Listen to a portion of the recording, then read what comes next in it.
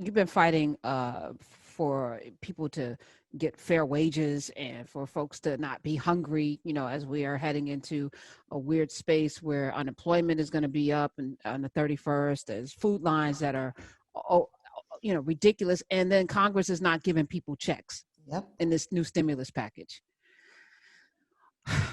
How do we fix this, Jennifer? What I've come to feel strongly is that we can't just legislate our way out of this. And so, people kept saying, well, how do we still have racism when we had when we saw the passage of the Civil Rights Act that said that it was illegal to discriminate against people in places of public accommodation? We had the Voting Rights Act of 1965, which made voting discrimination illegal. The Fair Housing Act of 1968, affirmative action. How could we still have racism today?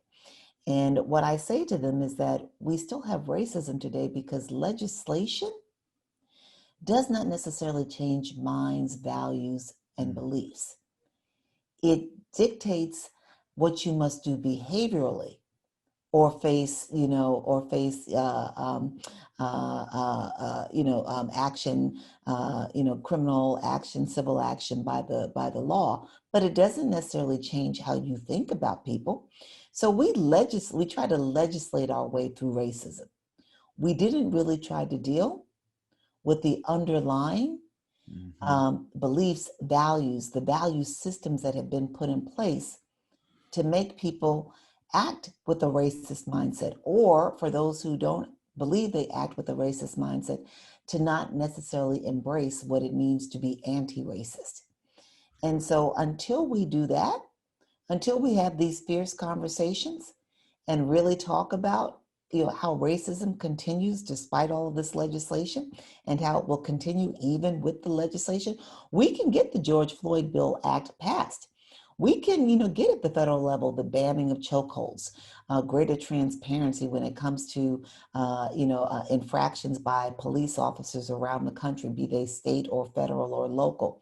But it doesn't mean that people are not going to do these acts, because we haven't changed their thinking about, human beings and that all lives have value. So until we really have those fierce conversations, and I'm not saying it's easy work, but until we do that, it's not happening. It's going to be the same old. They'll just find another way of coming at these issues. I think I find that really interesting too, because we were talking earlier on the show. I was saying something about how laws generally are supposed to help create culture, right? Because you're saying they change behavior, but you can even see from the Civil Rights Act that it didn't change behavior, right? We didn't address the underlying issues.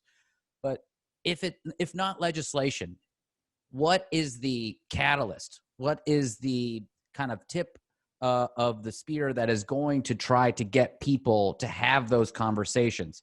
And we can't say the president, because we've had a black president and he wasn't able to have those conversations for a bunch of reasonable and frankly unreasonable reasons as well. I think there's arguments to make on both sides of that. And we just had a fascist, and then now we have an old guy. And so I don't know. The presidency is supposed to be the one that is the standard bearer for the American narrative, but that is not what we have. So what is it? Is it a local thing? And plus, we have intractable racism built into systems of government and at local levels too. That hardly seems like something that'll get solved with just a conversation, though, or even a difficult conversation. We all know this, that racism it's a social construct that was created to make sense of and create a rationale based on, our capitalist society, who should have and who should not. And so we had to determine who was worthy and who was less worthy or not worthy at all. And that's where race came into play. It just conveniently, came into play to fit that narrative. What I believe needs to happen is I do think that the conversation is important. I think one of the things that we have to do is help people appreciate that the way we talk about racism today, we talk about it, we talk about slavery, and people say, well, that wasn't me, and why am I being held accountable for it? What we have to do is help people to understand how, if you bring it forward, we're all now caught up in this racist society. And so whether, we're acting by putting a knee on somebody's neck, or we are knowingly ensuring that our children receive a better education than somebody else's children, we're part and parcel of this system. When we give to philanthropic organizations that are only concerned about making sure that maybe somebody gets a meal for the night, but not systems and organizations that are really trying to change policy, we're perpetuating racism.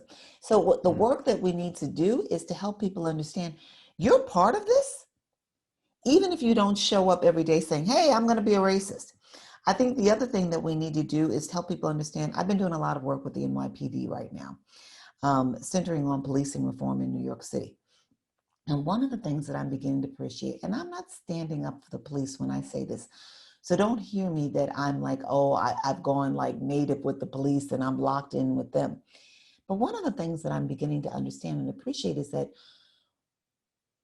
every time somebody is killed by the police, it is just an ugly reminder of the power differential and how powerful systems have gotten away with discriminant treatment towards persons of color. And what we do is we go hard, whole hog on the police. And what happens is within the police departments, you have people saying, but I'm not racist, right? Like that's that guy, but it's not me. And what we don't help people to understand is you may not be racist, but you're part of a racist system, right? The teacher who is looking at Johnny and saying, well, I don't think Johnny really can read. And do we need to spend some more time with Johnny, or do we need to focus on the other kids? She may not see herself as racist, but she's buying into a racist system and a racist dynamic. The nurse who decides, that that certain people, because they've got comorbidities, they show up in the hospital and they're obese and they're diabetic.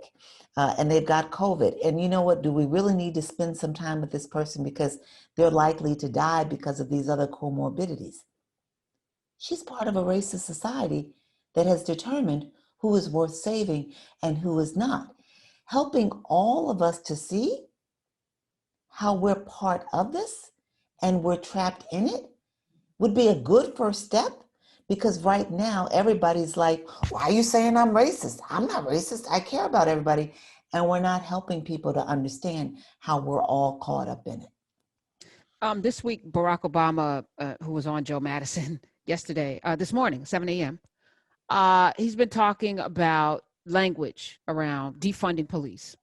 And that we shouldn't say defund police. We should say reform. And we should say, because it's triggering. Could the police department, the NYPD, one of the largest police forces in the nation, which has a string from Eleanor Bumpers to Sean Bell to Amadou Diallo to Patrick Dorsman to I could keep going. New York City Stop and Frisk has a history. Can it be reformed without dismantling? Can it, what the work that you're doing with them, what solutions do you have? So first and foremost, for me, and one of the things that I'm just, hitting hard on, and I'm hammering this issue anywhere and everywhere, and I'm asking people to join me in this campaign of sorts. Policing reform needs to be about policing plus. I think that, I was very, very, very much concerned when I first heard the term defund the police, because I knew in that moment, in the instant that I heard it, that it was going to be used to undermine efforts aimed at achieving fairness and equity in the policing system.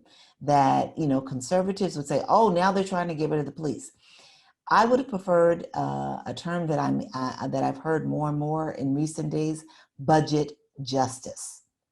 When it comes to policing, let's look at budget justice. I would have preferred disinvestment and reinvestment in critical services and supports in communities, in the needs that are so vital: education, housing, health supports, etc., mental health supports. If we'd centered on budget justice, we might be in a different place. What I believe, this campaign that I'm on, is that policing reform has to be about looking at the power differential and how we overcome that. It has to be about transparency and accountability. It has to be about rebuilding trust. It has to be about training officers to see individuals, especially in poverty-stricken and heavily Black and Brown communities, seeing those individuals as human beings who have worth. But it also has to be about disinvesting and reinvesting in the critical supports. Our communities have been traumatized by racialized policing.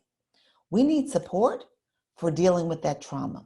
We need support for dealing with the mental health issues that have gone unabated in Black and Brown communities.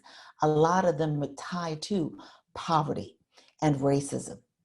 We need to deal with reinvesting in education and recreational and community supports for young persons so that they have access to what more privileged children have that help them get along and do better in life. It really needs to be about budget justice. We got to do the discipline and the transparency work. We got to figure out how to wrestle some of the power from the unions that are, some of the strongest in this nation. Who ever heard of contracts being negotiated with unions allowing to put parameters and limitations on discipline in the contracts? That's what policing looks like in America. So we have to wrestle some of that power, but we've also got to do this other piece of budget justice.